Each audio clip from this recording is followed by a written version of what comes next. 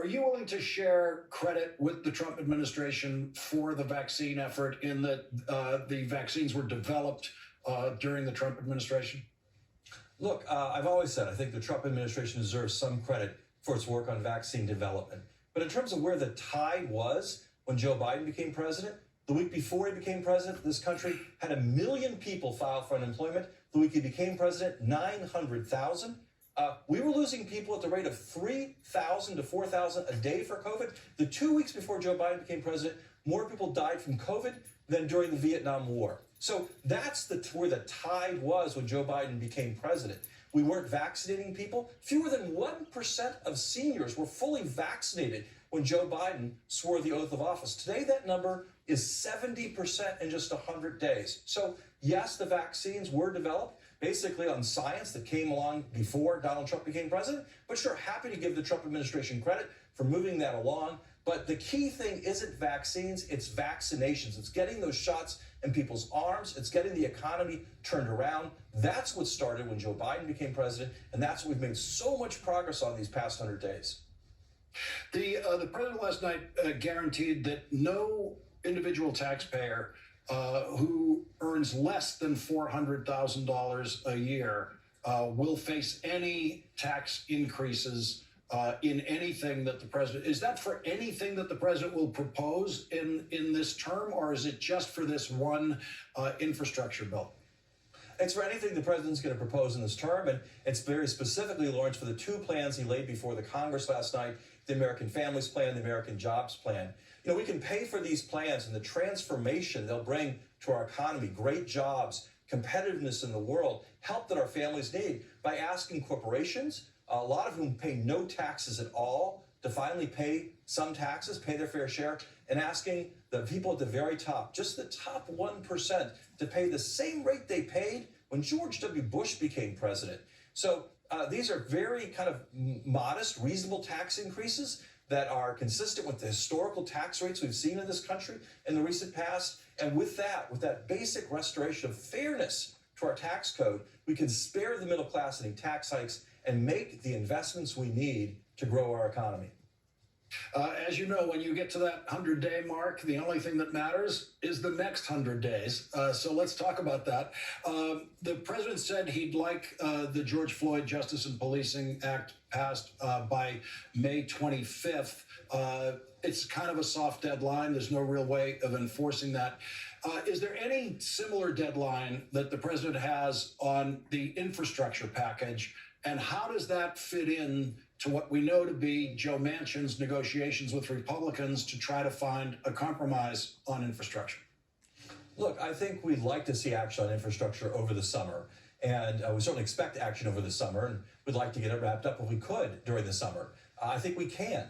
I think these issues have been debated in Washington literally for decades. Literally from the time you and I were young staffers on Capitol Hill, people have stood up and given speeches saying we ought to build roads, we ought to fix our bridges, we ought to improve our airports. There's nothing new about these ideas. What would be new would be actually doing something about it. There have been hearing and hearing and hearing and hearing. It's time for Congress to kind of finally get it together and act. The president has laid out a specific blueprint that helps move that along, a way to pay for it that's fair and reasonable. And we hope that we can get bipartisan support to do that. The president himself personally spoke to Senator Capito today.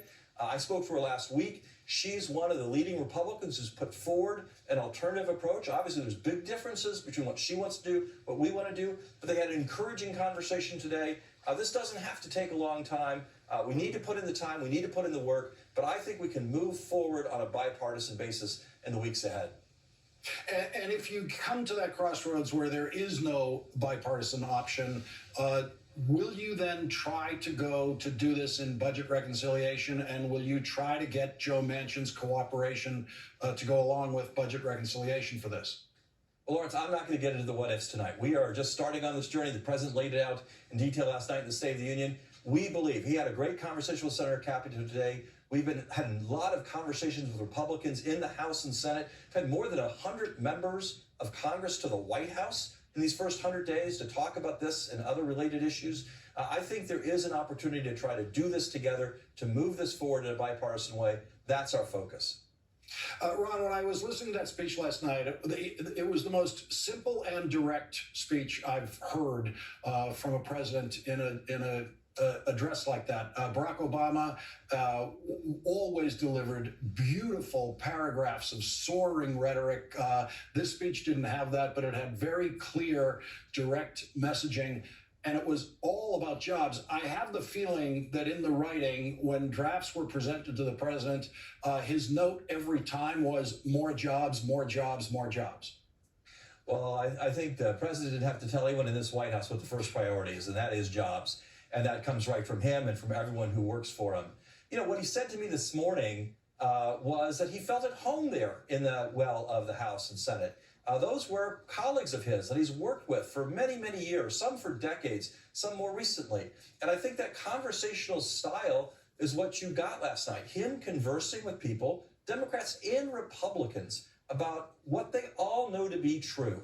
This country has a long overdue set of needs. People have given speeches for years about childcare, about improving our education system, about giving people paid leave when they have a new child or an elderly parent. There's nothing about that that hasn't been thought about and talked about. The president stood there last night and had a direct conversation with his former colleagues and with the American people about finally moving forward on these long overdue needs. All right, Ron, before you go, let's take a look at what you said 100 nights ago at the end of your first half day in the White House. Let's listen to this. Whitehouse Chief of Staff Ron Klain, thank you for joining us tonight. Ron, one more thing before you go.